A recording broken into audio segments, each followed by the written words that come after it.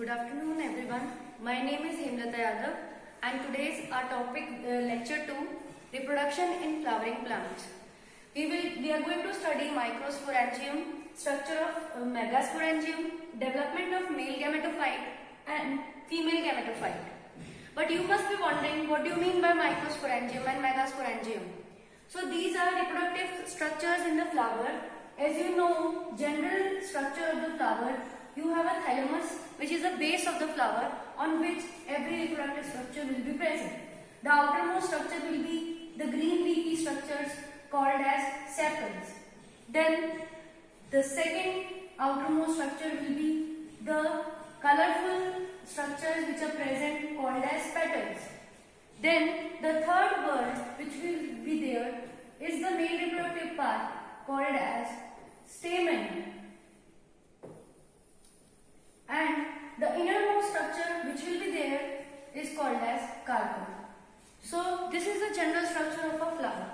And in that, what we are referring to as microsporangium is nothing but anther part of the male stamen. This whole is called stamen, but just the upper bilobe structure is known as anther, and that anther is, in the biological terms, is known as microsporangium. And now, what do you mean by megasporangium?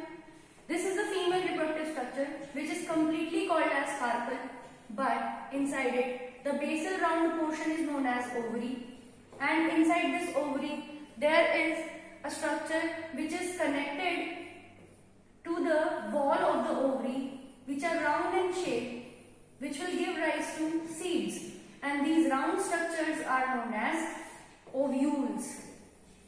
And these ovules are, in the biological terms, are known as megasporangium. So we are going to focus on these two structures only, microsporangium and megasporangium. Now moving ahead, this is the male reproductive structure as we know, and its main part anther are also known as microsporangium. So if we cut a section from the anther head, we can get a structure. We can see that there are two lobes. Therefore, it is known as bilobed. Means there are two lobes, two cylindrical structures, and each two lobe there are two chambers. These chambers are known as theca. THECA, and therefore it is known as, in each lobe there are two chambers, so dithecous. So anther structure is bilobed and dithecous. And if we magnify this structure, complete structure here, if we magnify it, we can see that there are various layers inside this chamber, and naming them from outer to inner side, the outermost layer is epidermis. You can see here the outermost layer which are marked. Then the inner to it epidermis is endothecium. Then the third layer, which is not marked but it is seen as a gap between the circular structure. So this gap is nothing but middle layers. There are 2-3 middle layers which are there, and inside to middle layer, the innermost circular layer which is there is known as tapetum. Tapetum is encircling the sporogenous tissue. The sporogenous tissue is the tissue which is going to produce microspores. Why it is going to produce microspores? Because it is having large number of microspore mother cells.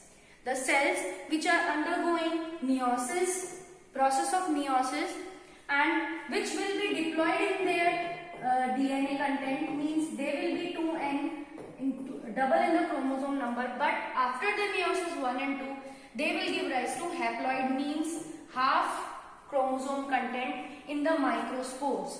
And we can say each microspore mother cell is going to give rise to 4 microspore tetrad. Therefore, this is known as tetrad, set of 4 cells. And each cell will be called as pollen grain. So this is about the structure of microsporangium and the development of microsporangium. Now we are going to move toward the structure. What is the female reproductive structure? It is ovule and megasporangium. So ovule, as we have seen, it is in the ovary, and here you can also see, if you magnify the ovary, you can see where the seeds are present. These ovules are nothing but they are mature. The seeds are nothing but they are mature ovules. After the fertilization has taken place, the ovules only give rise to seeds. So the ovule, if we magnify the structure more, this stalk-like structure by which it is attached to the ovary is known as funicle, and the funicle is again is directly attached to the ovule by the hilum region, and then hilum region, inside to the hilum region there are two structures, outer integuments and inner integuments. These outer and inner integuments is going to become the seed coat. There are two seed coats, outer seed coat and inner seed coat. So outer and inner integument will become seed coat. And inner to the seed coat there is a vegetative structure, we can say nucellus. And nucellus is there, which is also nutritious structure, which will be giving nutrition for the development of embryo sac, or we can say female gametophyte. And now what happens inside this nucellus? One megaspore mother cell is going to mature. One megaspore mother cell is going to mature, and it will undergo the meiosis 1 and 2. The same way that one microspore mother cell has done in the anther. In this same way, here megaspore mother cell is going to undergo meiosis 1 and 2. Megaspore mother cell will be of 2n or diploid chromosome number. It will be giving rise to 4 megaspore, haploid in number. Chromosome number becomes half. So out of these, 3 cells are going to degenerate. They are going to get destroyed, and only one functional megaspore is going to be present or left. Now the development of male gametophyte, how the pollen grain further matures. So this is the pollen grain, you all are looking at it. The outer structure called outer layer of the pollen grain is hard, tough. It is of sporopollen. It is a polysaccharide which is very complex in nature. It is resistant to any kind of degradation, either by enzymes or acid. And the inner layer of the pollen grain is smooth and it is of cellulose and pectin. Now inside this you can see there is a nucleus and cytoplasm. So it is the structure of pollen grain. But how it further developed, it divides unequally and it gives rise to two unequal cells. One is bigger vegetative cell and the second is smaller generative cell. And vegetative cell further gives rise to a tube-like structure, and which tube-like structure is coming out from a pore called as germ pore. So germination of pollen grain has taken place. It is germinating. It is giving rise to a tube-like structure. Tube nucleus is moving ahead and generative nucleus is moving back behind it. And now the tube nucleus is further grown into the tube. This tube is also known as pollen tube. So inside the pollen tube, the tube nucleus is moving ahead, and behind it there are 2 male gametes which are produced by the pollen grain, by the germination of pollen grain. So this condition is known as 3-celled condition of male gametophyte. Now the male gametophyte is in 3-celled condition. One is the tube cell, or 2 are the male sperms. Now the development of the female gametophyte. The development of female gametophyte inside the ovule.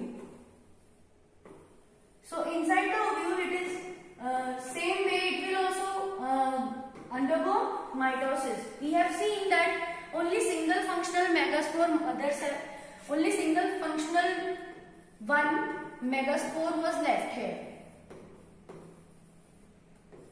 Megaspore that was functional was left inside the nucellus structure was there. Now it is going to undergo mitosis, that too 3 times. So it is haploid.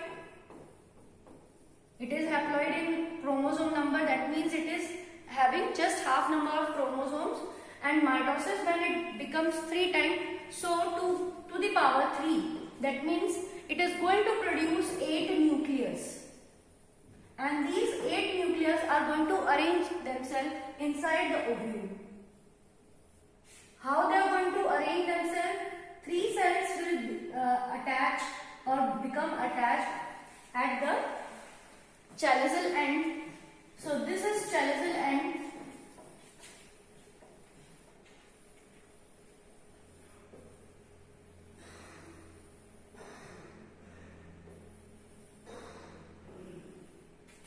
So chaliceal end,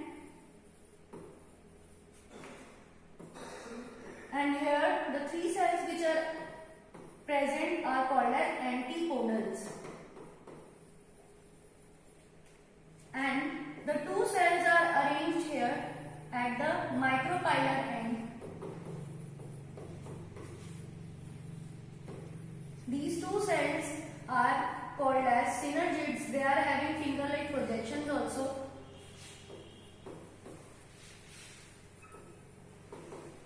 And the central cell is present, which is the egg cell. Here the 2 nuclei are also present, called as polar nuclei. So 2 polar nuclei are present in the center. So it is 8 nuclei and 7-celled structure. This 8 nuclei and 7-celled structure is known as female gametophyte, and it is called as embryo sac. Thank you.